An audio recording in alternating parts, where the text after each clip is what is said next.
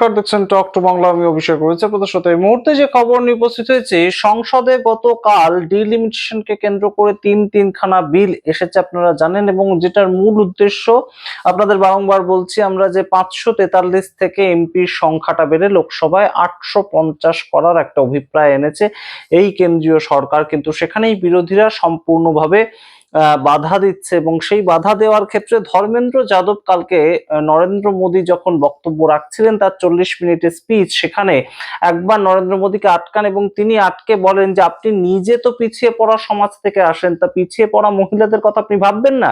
তো তখন নরেন্দ্র মোদী কি উত্তর দেন আপনাদের বলবো, এবং অবশ্যই জানাবো যে প্রিয়াঙ্কা গান্ধী সম্পূর্ণ উত্তরটাকে কিভাবে নরেন্দ্র মোদীকে ফিরিয়ে দেন। নরেন্দ্র মোদী তখন বলেন যে আমি এই মুহূর্তে চাই যে সম্পূর্ণভাবে এই পিছিয়ে পড়া সমাজের মহিলারা আগে সংসদে আসুক, তার পরবর্তীতে এই 33% মহিলারা এসে ঠিক করুক যে কাদেরকে রাখা উচিত কাদেরকে রাখা উচিত নয়। অর্থাৎ সম্পূর্ণভাবে আগে মহিলাদেরকে আসতে দিন, তারপর তারা নিজেরা নিজেদেরটা ঠিক করে ফেলবেন। एक बार 33% बहनों को यहाँ आने दो, आकर के उनको निर्णय करने दो, किसको देना है किसको नहीं देना है, इस वर्ग को देना उस वर्ग को देना, करेंगे वो निर्णय। हम उनके सामर्थ्य पर आशंका क्यों करते भाई, एक बार आने तो दो। তো এই কথা বলার পর প্রিয়াঙ্কা গান্ধী উঠে দাঁড়ান, এবং প্রিয়াঙ্কা গান্ধী উঠে দাঁড়িয়ে তার স্পিচ দেওয়ার সময় তিনি প্রথমে নরেন্দ্র মোদীকে উদ্দেশ্য করে একদম রীতিমতন কটাক্ষ করেন, এবং তিনি যে বক্তব্যটা রাখেন অত্যন্ত গুরুত্বপূর্ণ। তিনি বলেন যে এইভাবে এত হালকা ভাবে নরেন্দ্র মোদী বলে দিলেন যে পিছিয়ে পড়া দলিত সম্প্রদায়, আদিবাসী সম্প্রদায়ের মহিলা এবং তাদের ভবিষ্যৎটা কি হতে চলেছেন, এসসি এসটি মহিলা, ওবিসি মহিলা, তাদেরকে নিয়ে নরেন্দ্র মোদী এইভাবে ভাবেন। आज प्रधानमंत्री महोदय ने बड़े हल्के में बोल दिया कि इस वर्ग और उस वर्ग के बारे में हम बाद में देख लेंगे। कौन सा इस वर्ग कौन सा उस वर्ग? ओबीसी वर्ग की बात कर रहे थे कि हम बाद में ही देख लेंगे इसके बारे में। ये हल्के में नहीं लेना चाहिए अध्यक्ष महोदय, ये बहुत बड़ी संख्या है, एक पूरे वर्ग का परिश्रम है, एक पूरे वर्ग का संघर्ष है। इसे टेक्निकल मुद्दा बता के उन्होंने अपना पल्ला झाड़ दिया। এবার আপনারা শুনুন একদম সরাসরি অমিত শাহ তিনি বসে হাসছিলেন। তিনি প্রিয়াঙ্কা গান্ধীর কথা যখন বলছিল, প্রিয়াঙ্কা গান্ধী ভাষণ দিচ্ছে, তখন অমিত শাহ বসে হাসছিলেন।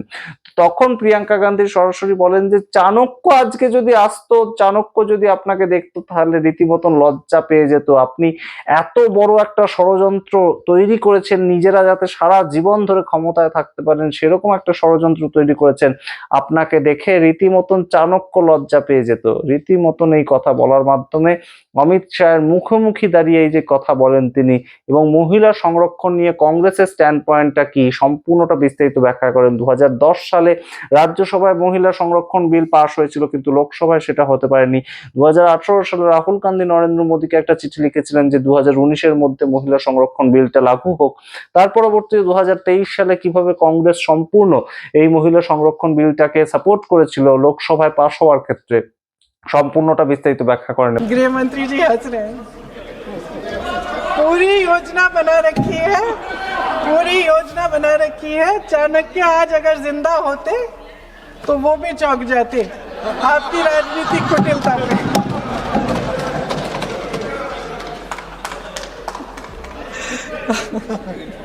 इन्होंने पूरी योजना बना रखी है, हंस रहे हैं, सहमत है मेरी बातों से।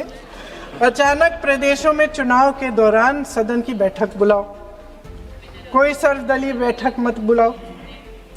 विधेयक का प्रारूप सिर्फ एक दिन पहले सार्वजनिक कर लो ताकि विपक्ष को कोई मौका न मिले कि इस पे चर्चा कर ठीक ढंग से हो। मीडिया और पब्लिक में पहले से ही चर्चा शुरू कर लो कि मोदी जी एक बहुत बड़ा कदम उठाने वाले हैं महिलाओं के उत्थान के लिए।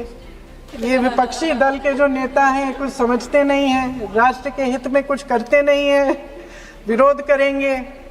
बेचारे मोदी जी इतना बड़ा कदम उठाने वाले हैं, सबको इनका साथ देना चाहिए राजनीति से ऊपर उठकर, और ये कर करके विपक्ष को धर्म संकट में डाल दो। एक तरफ महिला आरक्षण और दूसरी तरफ आपको काट पीट करने की, पूरे ढांचे को बदलने की स्वतंत्रता, ओबीसी वर्ग को नकारने की स्वतंत्रता।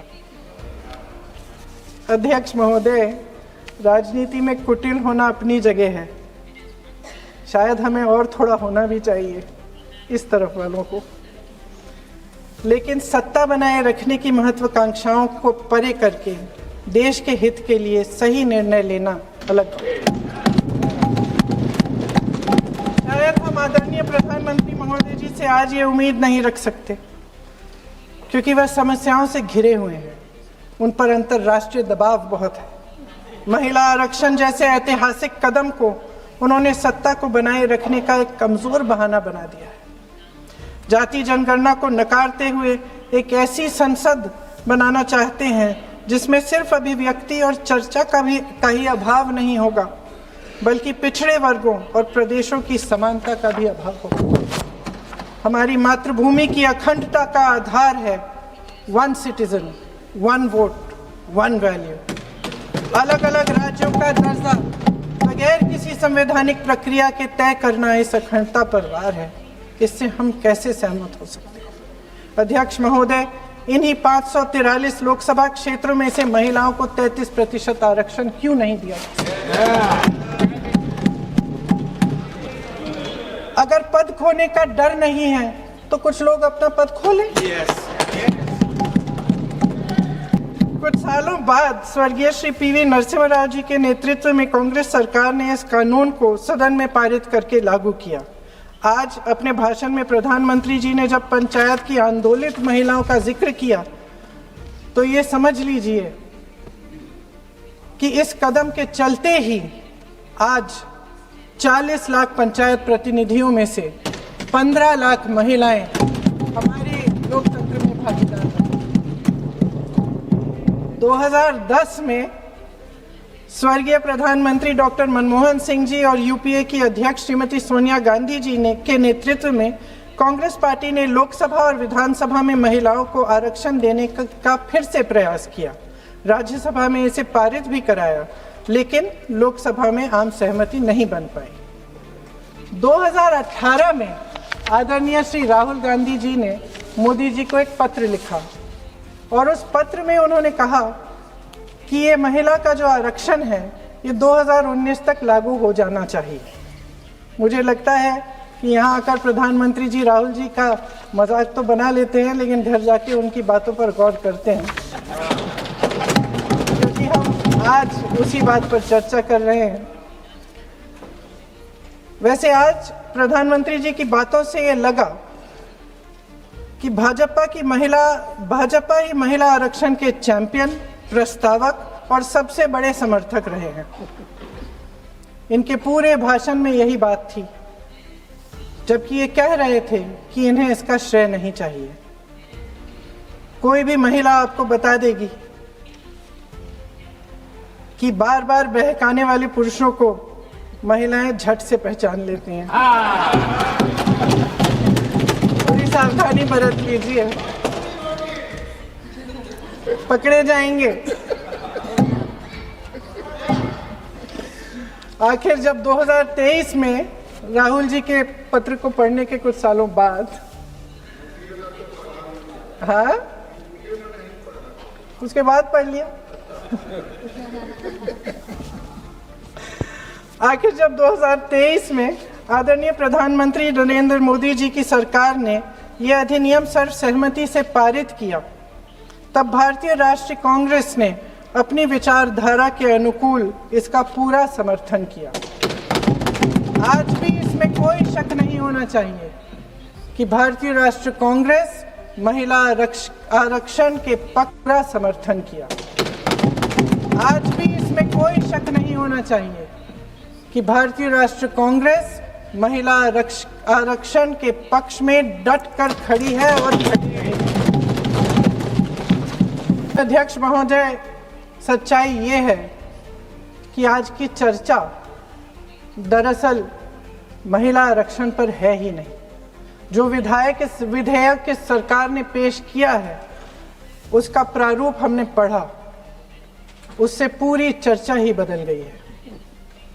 उनकी सरकार के इस विधेयक का सार सुनिए।